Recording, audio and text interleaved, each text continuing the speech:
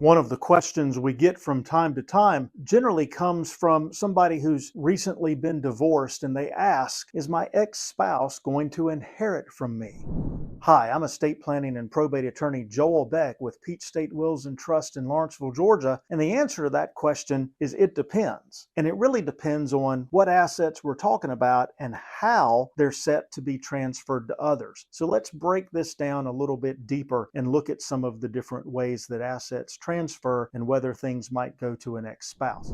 So first, if we think about assets going to somebody via a last will and testament, a will, once you get divorced, then Georgia law on wills essentially voids provisions that you made in the will for that ex-spouse. So if you named your ex-spouse to be your executor, for example, they can't serve.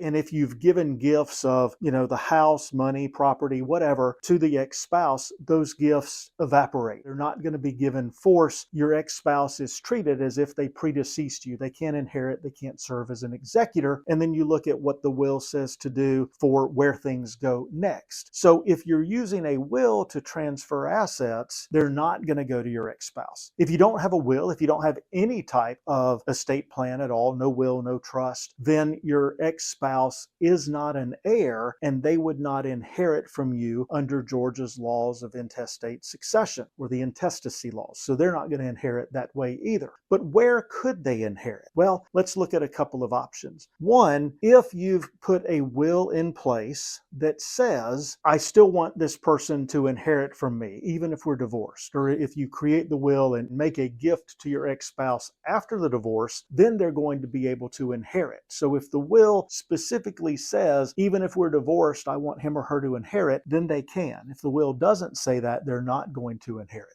But that's things that go through the probate court process. There are some assets that don't generally go through the probate court process. And we're talking here about things like life insurance, where you list a beneficiary with the life insurance company, as well as things like an IRA or a 401k where you list a beneficiary, or maybe a regular bank account or credit union account, or a regular taxable brokerage account, investment account, where you've listed somebody or some people as pay on death or transfer on death beneficiaries. So if you have some asset that would pass outside of probate via a beneficiary designation, well, Georgia law doesn't automatically revoke those beneficiary designations because you've divorced. If your ex-spouse is still listed as your beneficiary, then they may very well inherit. Now, some of this is going to be subject to any type of contract you have with the custodian of the asset, the bank, the credit union, the investment firm, the life insurance policy. If the documentation you have with them says they only inherit if, you're not divorced, that's one thing. If there's no language there about divorce or not, then typically they're going to still be able to receive that asset to inherit it, and they're going to do that outside of the probate court process. And then finally, I want to talk about revocable living trust. A lot more people are using revocable trust these days in Georgia because the probate timeline has lengthened. It's just longer and harder to run a case through probate. A lot of people are looking to not put their family through that, so they use a revocable trust to avoid that. If that's you, if you've set up a revocable trust and you've got provisions in that trust to leave things to your ex-spouse, well, the trust is different than a will. Where a will reads it as if your ex-spouse predeceased you, the trust code doesn't automatically void anything. So if you're using a revocable trust and you're leaving things to that ex-spouse in the trust, then yeah, he or she is still going to inherit and be able to get that. So if you want to change that, if your wishes are different, you definitely want to meet with your estate planning attorney and revise that revocable trust to restate it or amend it so that it's going to reflect your current wishes and make sure that the right people are going to be in charge of the trust if you're incapacitated or dead, and then the assets are going where you want. People often think it's an easy question, is my ex-spouse going to inherit from me? But as you've heard, it's a little bit more nuanced than that. Hopefully this has given you some basic information to help you understand that.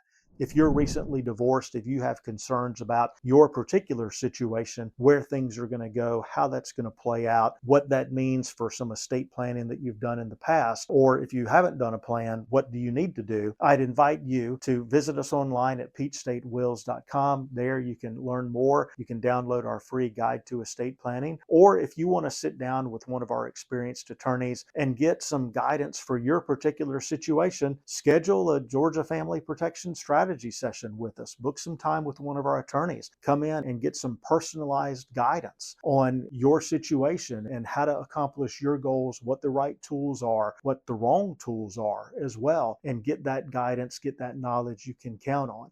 If we can be of help, don't hesitate to reach out. Thanks.